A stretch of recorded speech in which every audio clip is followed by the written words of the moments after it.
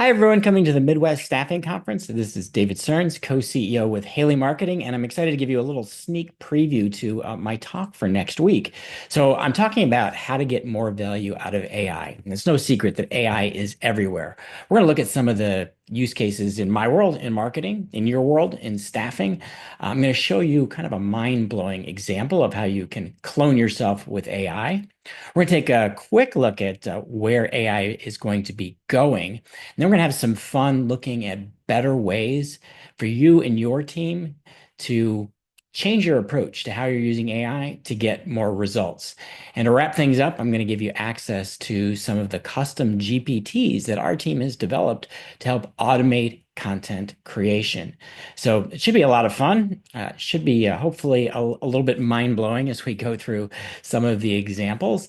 And also, I'll do my best to try to answer all of the questions you have about how you can apply AI to your staffing business.